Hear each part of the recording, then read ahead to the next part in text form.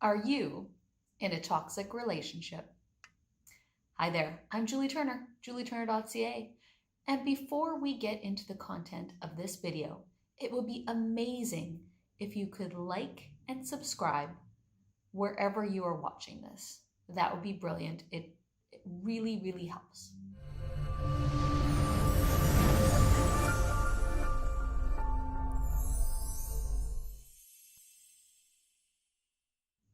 Are you in a toxic relationship? Now, believe it or not, this is a question that I get asked on a semi regular basis. And my quick answer is if you're asking, you probably are. Now, the level of toxicity is a different story. Whether you can repair the relationship is a different story. Now, we're going to talk about some basic signs of a toxic relationship today.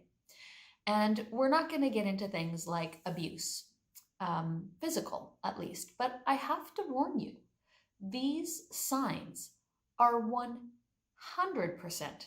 mental, emotional abuse, especially a couple of them. And often these things are absolutely normal behaviors that we have learned in our family of origin. We've watched it for years. So, of course, our behavior as we mature and become adults ourselves, what we do is we model the behavior that we saw. If you're a parent out there watching this right now, please remember that. Children don't do as you say, they do as you do. And that's the way that it should be, because you should be a good leader. Now, if you're struggling with some of your behaviors, please reach out to someone like myself, julieturner.ca. I offer a free consultation.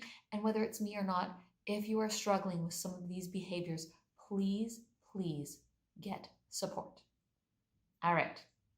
So the first one is contempt. All right. So I'm going to give you the word, the behavior, and then I'm going to kind of give some descriptions of it.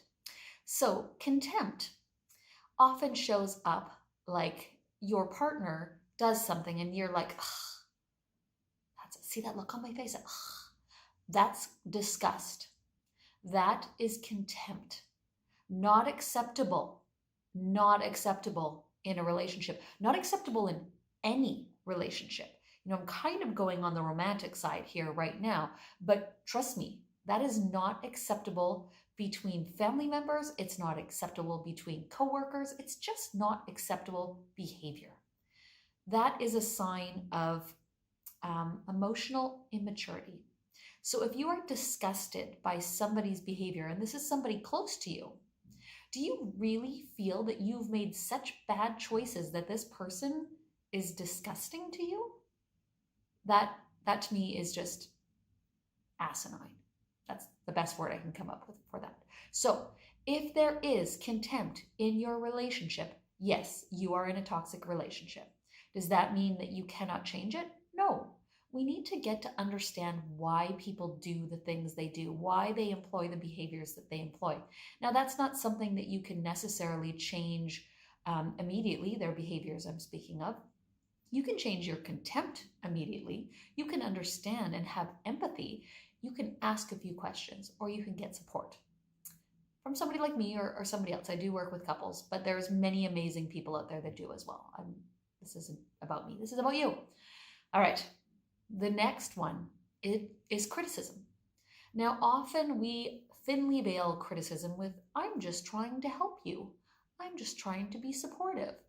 But the fact is, when you make a person's behavior or thought process about their character, that's not okay. Do not criticize your partner. Ask questions. Get curious. Why would you say that? Why would you do that? Just ask questions and ask them authentically, not sarcastically. Ask them authentically, because no matter what, again, romantic, yes, but if this is family, you actually want what's best for that person. So ask questions instead of giving your criticism, your constructive criticism. All right.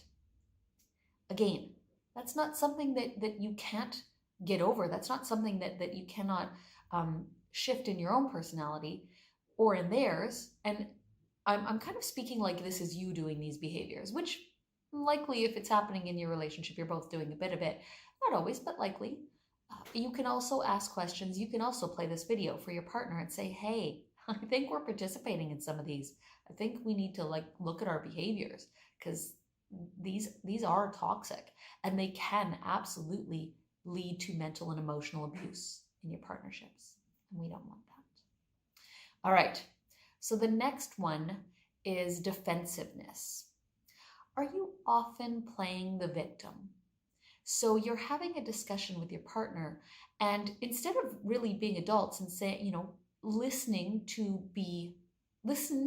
to understand and speak to be understood. So instead of listening to understand your partner's behavior, are you making it that they're being mean to you or that you're the victim in this situation? Defensiveness and making it about you and making it so you need to shut down the situation. Again, toxic behavior. You need to be able to have discussions with your partner. And I understand this goes both ways. Sometimes the partner really is, they're criticizing, they're hardcore criticizing you. Again, see step 2. All right, so don't play the victim. You're not a victim. You're not a victim in your life at all. You just aren't.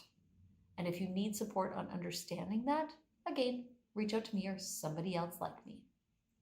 All right, the last one is probably one of my least favorites because the other ones, you can kind of combat them. You can have a conversation. You can work with them.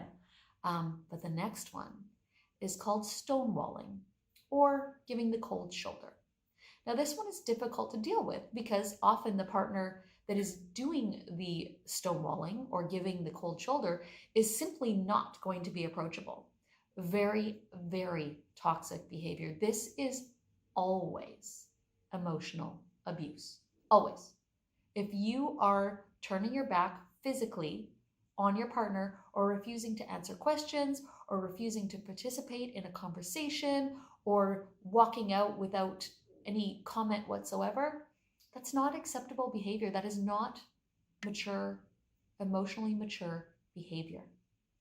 Now, I'm sure a lot of you are participating in one or all of those, and I'm not here to make you feel guilty or to blame you.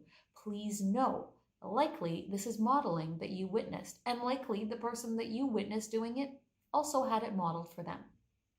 But it is time to break that cycle. It is time to actually lead with love. I say it all the time, and I will say it a million times more. Lead with love. Sometimes it's hard. It gets almost stuck in your throat because you want to say something. You want to be true to yourself, but you're like, oh, it's just, I'm going to be rejected or I'm going to lose control in this situation. I get it. But please know that with your primary partner or your family members, you need to feel safe. You need to feel safe to be who you are and say what you need.